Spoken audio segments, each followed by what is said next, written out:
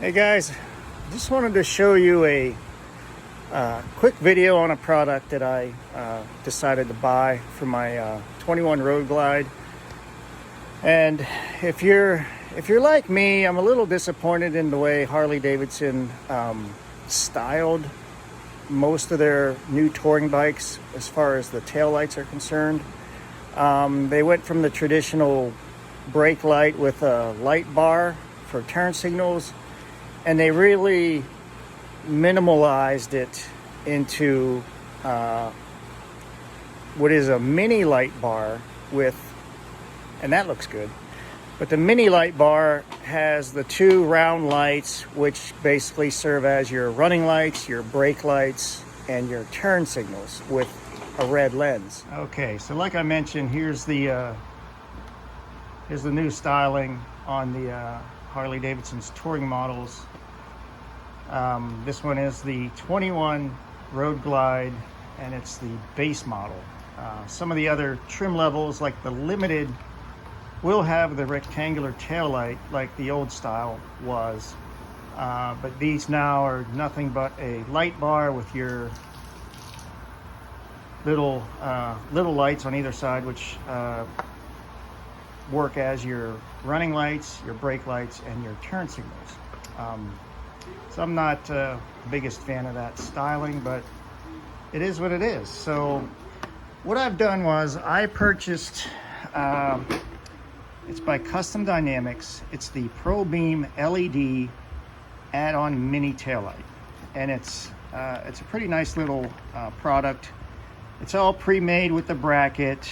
You get a pigtail that'll be added into your existing wiring harness, so there's no splices, no major things to be done, like where it requires hardly any skill. It's really a plug and play accessory, let's call it, that has a good purpose, in my opinion. I want more visibility on the back of this bike, much like looking at my 05 Road Glide,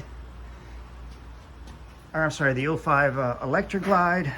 It's got the traditional brake light with the light bar and turn signals. These are originally amber in color, but the previous owner of this bike added in a wiring harness which made all of these lights light up with the brake lights, and now these of course blink with the turn signals. But when I hit my brakes on this bike, everything back here lights up, which is kind of nice. The traditional setup is, as you can see, it's a red tail light with amber turn signals. Okay, so now back to the Road Glide. I watched another video to see just how easy this was going to be, and it is seemingly extremely easy. Your light bar is mounted into the fender through a couple bolts in the ends here, which I guess are it's going to either be a 1/2 inch nut or a 1/2 inch bolt, probably a bolt that's threading into here. And then this little bracket, or this little reflector, the bracket that it's attached to is identical to the bracket that this light has incorporated in it. So once we take that reflector off, this bolts right into the light bar and will take the place of the reflector. So I'm going to get that started, and I'll show you once I have this much disassembled, just so you can see what it looks like on the back side when it's separated. Well, good Lord, let me tell you that is a behind here with the wheel in there and everything, and with the fact that I've got this lower 3-bar light trim on the bottom of my fender, it is a tight fit. And let me show you something on the bolts, which will kind of explain what I'm going to say. They red Loctite these bolts. They are tight. Thank goodness they're short. But yes, that was a 1/2 inch bolt. And now on the back side of the light bar is the bracket which is holding the reflector. These are T27 Torx bits. So that's just the two tools you're going to need. You're going to need the 1/2" socket on a stubby. Grab a stubby 1/4" ratchet with a 1/2" socket. That worked pretty good. And I'm just using a T27 socket on another 1/4" ratchet.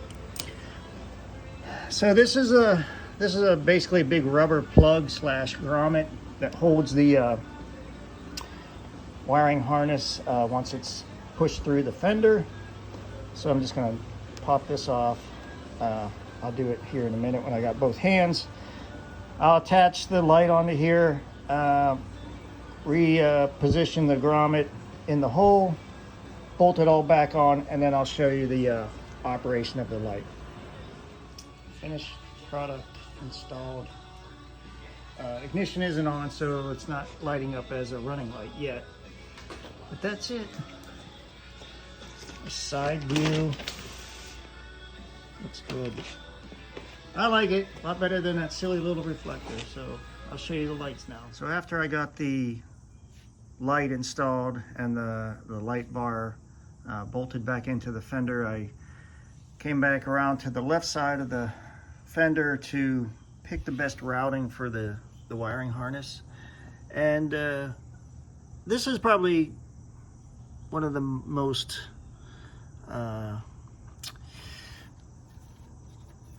let's say difficult, and it's quite honestly just due to the tight spacing. What I had to do was, or what I chose to do was, way underneath, try to get a good picture of this, way underneath there, you can see I can barely get the phone in there. So way underneath there, I have the, let me get you focused, I have the 3-bar running lights as a fender extension. I pointed that out earlier. So I ended up with one of the zip ties they provided, attaching the wiring harness that's coming out of the light. Now it attached close to the module. That kind of keeps it taut and away from the tire. And then after that, I moved up here. Here's my my antenna, and here's a bracket for the antenna wiring. By the way, that is loose. Very interesting.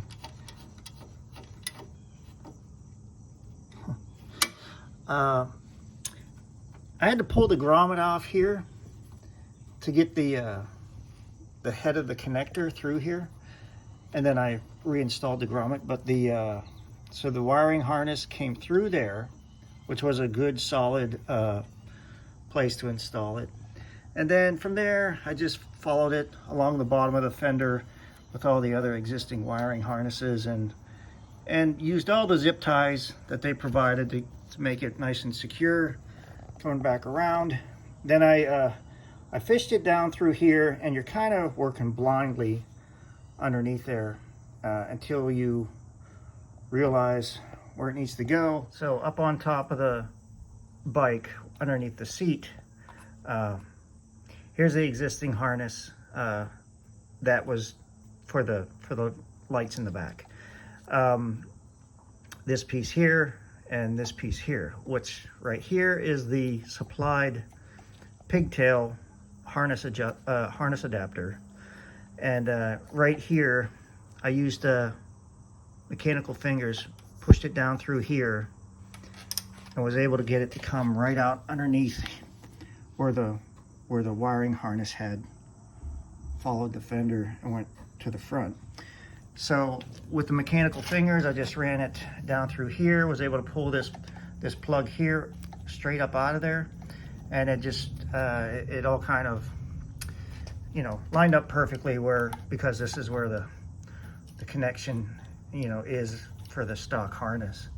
So, you know, you button that up, I fished a tie wrap down through this frame. There's a couple holes here for whatever reason. And zip tied this harness down here. Zip tied the harness together here. And here's your connector for the lights. And pretty clean. So tucked down like it is now. There's no interference with the seat. And it works. I'm very pleased with it. I'm very pleased with how simple they've made it. You know, no wiring, splices, stuff like that. It's just plug and play. Okay, so this is it with the ignition switches on, and we have it's a three bars of running lights, and then go ahead, Monica, hit the brake. You got 10 LEDs in the middle that'll light up, which I'm getting bad glare. Let me try to get over here. Yeah, release. Release it. Hit it. It's a little hard to tell in the daylight, but I mean, as I'm looking at it, it looks fantastic. But that's it. Love it. Sure beats that reflector. Go ahead. Wow. Let go. Do it again. Awesome. Good job, Roman.